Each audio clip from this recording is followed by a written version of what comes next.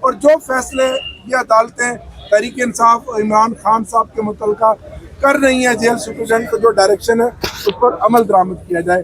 یہی آج کا مقدمہ تھا۔ اسی اظہار یکجہتی کے لیے عوام کے منتخب نمائندے آج سڑکوں پر کھڑے ہیں اور یہ مطالبہ ہم بار بار کرتے رہیں گے۔ ہم نے 3 سال میں آپ نے مقدمات ہم پر بنائے، ہم پر سزائیں آپ نے مسلط کی، جعلی اور جھوٹے مقدمات بنائے، لیکن ہم نہیں ڈرے، نہ ہم ڈریں گے نہ ہم جھکیں گے۔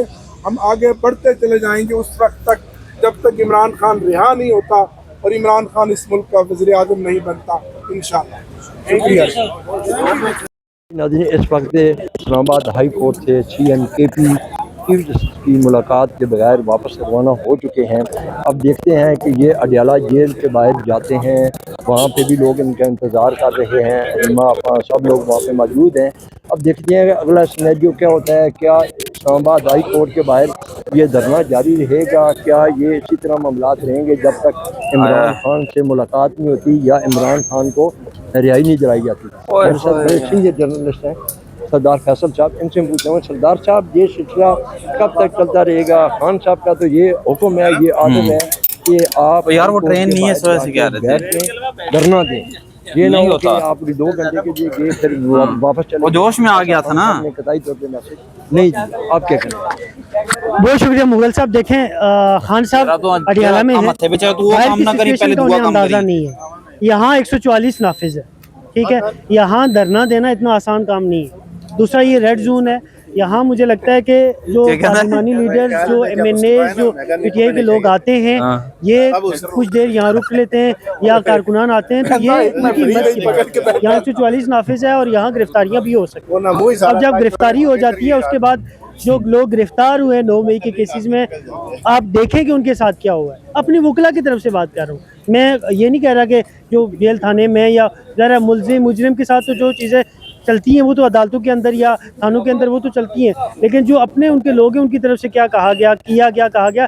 فیصل چودھری نے مجھے کہا کہ جی بیچارے تو ان کا تو انہوں نے مکو ہی ٹھپ دیا، جس کو پنجابی میں کہتے ہیں۔ تو بات کرنے کا مقصد ہے کہ خان صاحب کا ایک پیغام تو ضرور آتا ہے، لیکن یہاں کے وہ حالات نہیں ہے جو اڈیالہ کے حالات ہیں۔ یہاں 144 نافذ ہے اور اس میں گرفتاریاں بھی ہو سکتی ہیں۔ جب گرفتار ہوتا ہے تو PTI اسے کتنا فیسیلیٹیٹ کرتی ہے، سب سے بڑا سوال ہے۔ اس لیے سوچ سمجھ کے چیزیں کرنی چاہیے۔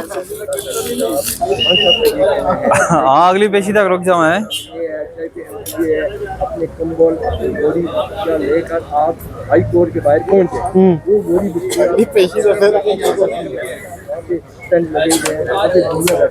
دیکھیں مغل صاحب، آپ کی بات ٹھیک ہے، خان صاحب کا اپنی جگہ لاجک بھی ہوگا کسی چیز میں، میں یہ نہیں کہتا، لیکن ایز اے صحافی میرا ایک پرسنل تجزیہ یہ ہے کہ ساری پارٹی اگر اندر ہو جائے گی تو خان صاحب کو رہا کون کروائے گا؟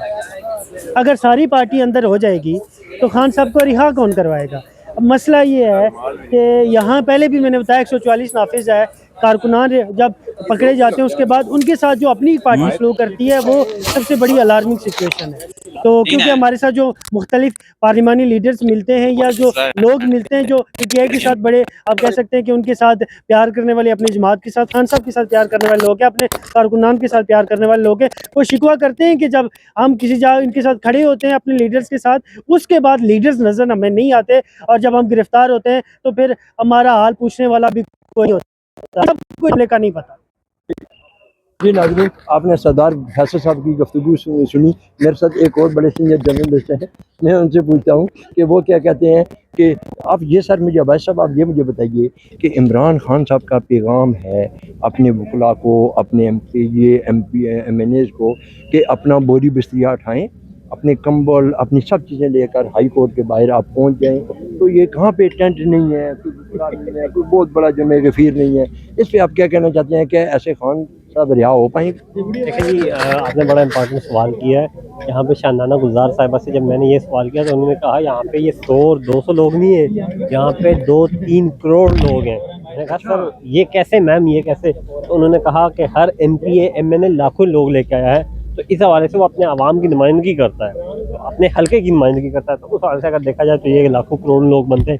اور انہوں نے یہ بھی کہا کہ آنے والے دنوں میں آپ کو یہاں پہ ہائی کورٹ کے آگے احتجاج نظر نہیں آئے گا, بلکہ اسلام آباد کی مختلف چوکوں سڑکوں چوراہوں پہ نظر آئے گا. تو مطلب پاکستان تحریک انصاف آنے والے دنوں میں پانی پی کے عمران خان کی اس کال کا انتظار کر رہی ہے کہ وہ جیسے 26 نومبر 2000 گزشتہ سال جو دی تھی اور ابھی بھی دینے جا رہی ہے پاکستان تحریک انصاف, کیونکہ ورکر کنونشن پشاور میں ہو رہی ہیں, امن مارچ ہو رہا ہے. وہ جو موبلائزیشن ہو رہی ہے وہ اسی لیے ہو رہی ہے کہ وہ لوگ کے پی کے سے اسلام آباد آنے کی تیاری کر رہے ہیں, اور کے پی کے سے بڑے کراؤڈ کو جو ہے وہ لے کے اسلام آباد آ رہے ہیں.